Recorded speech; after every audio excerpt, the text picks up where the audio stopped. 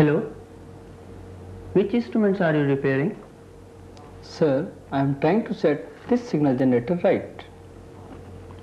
What is wrong with it? Well, that's what I am trying to find out. Did you ask the owner of the instrument as what problems he had with it? No, I didn't, as I can myself find it out. Well, that is not the way. You must always ask the customer as what problems he had with the instrument. We have a standard set of questionnaire which should be filled before taking up repairs. Well, in that case, sir, do you have any such form with you? I'll see in my files if I have one.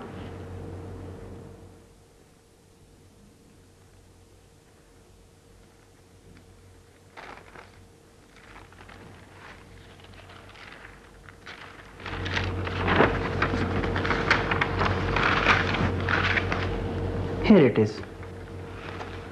You can also have a look at it.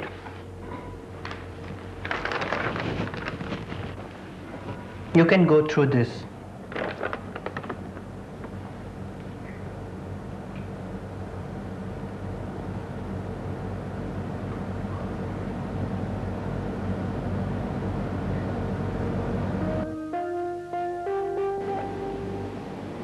Whenever you receive an instrument for repairs from a customer, always collect some information by asking questions like, what defect did you observe in the instrument? How is the defect apparent? You can find out from the customer if other instruments plugged in the same socket work well or not.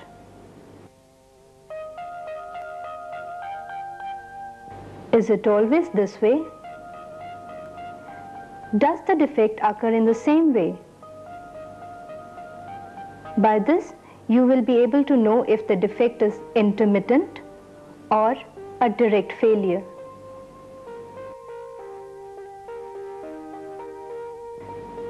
The next question could be if there was shock, smoke, or any noise when the defect occurred.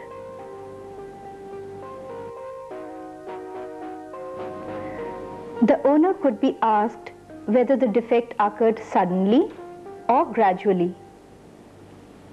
Thus, we can find out whether the defect was due to aging or a direct failure.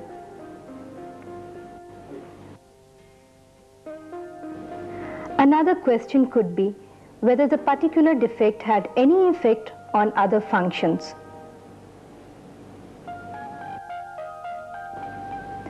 One must know if someone else had tried to repair the instrument. Repair by an unskilled person may lead to a number of complications. One should always stress for the service manual of the defective instrument. Service manual is like a road map which helps you reach destination without wasting time.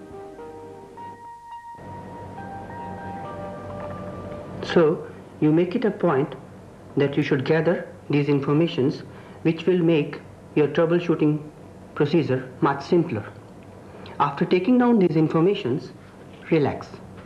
See the service manual if you have one. Now let us see what is wrong with your instrument.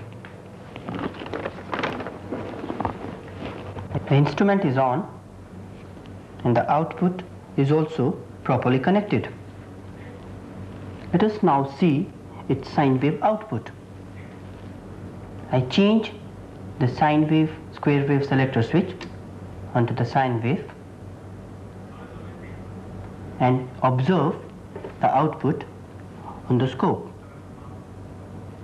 I find that sine wave section seems to be okay.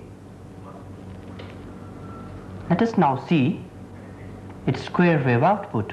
For that, the selector switch should be kept at square wave and the output should be observed on the scope. Well, in this case, you don't see any output, which means that either square wave section may be faulty or even the sine square selector switch could be the culprit. Do you have its service manual? Yes, I do have with me, sir.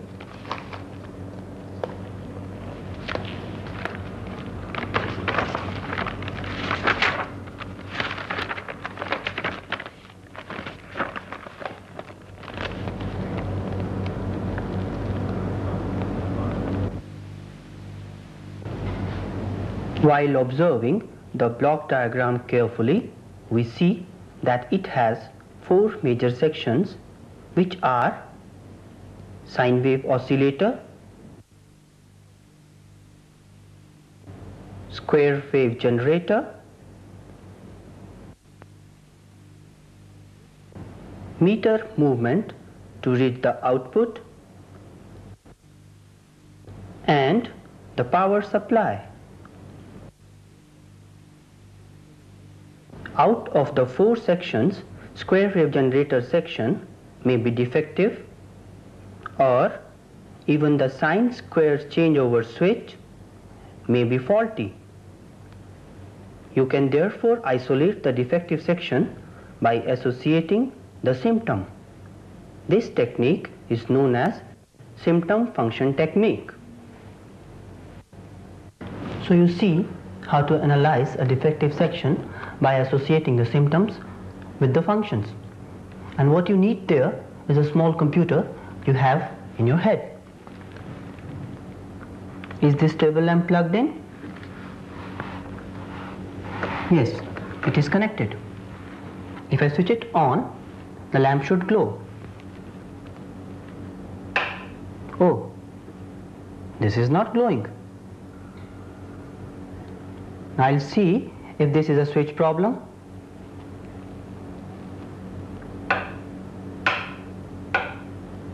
This doesn't look like a switch problem. Now I'll have to check whether the plug is properly plugged.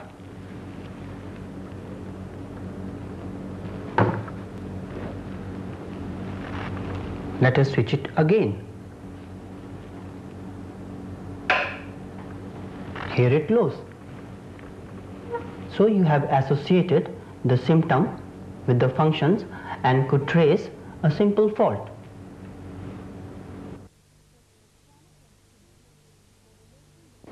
In electronic instruments, the relation between symptoms and their functions are not so simple. But by understanding the various functions and the way they perform, it is possible to find the fault by reasons alone in most of the cases. Let us take an example. In this case, we have a number of inputs all going to a single output. We can easily isolate the faulty section by analyzing. If input 1 is applied, we get the output. Similarly, when input 2 or input 3 is applied, we should get the output. The defective section can be easily isolated. Let us take a case of a FM phono pickup system. In this case, we have two signal inputs, the phono pickup and the FM tuner. Then it has preamplifiers for phono pickup and FM radio respectively. And finally, it has an output amplifier.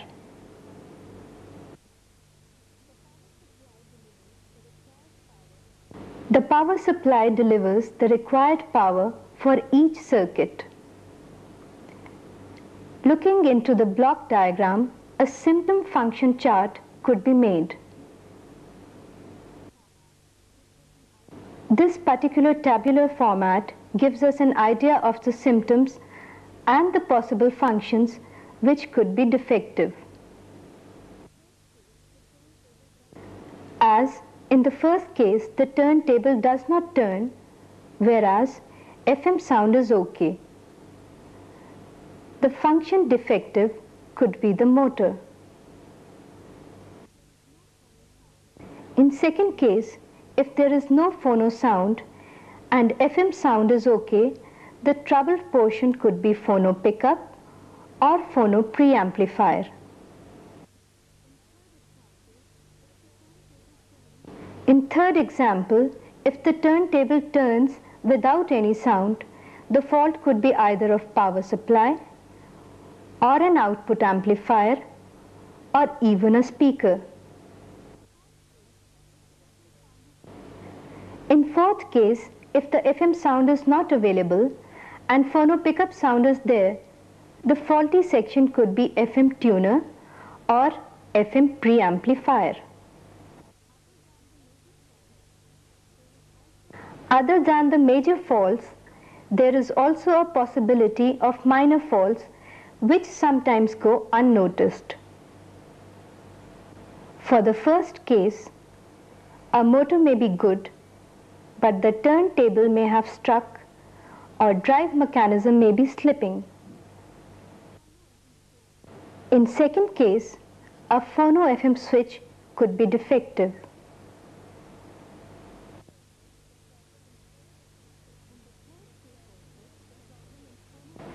In the third case also, the problem in phono FM switch could cause the same symptom. In the fourth case, the antenna could be the culprit.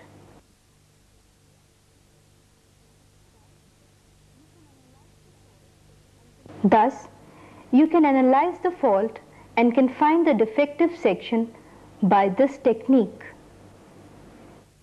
So far, you have learnt about symptom function technique to trace out a defective section. Next time, you will learn about signal tracing method, voltage and resistance method, and finally, substitution method.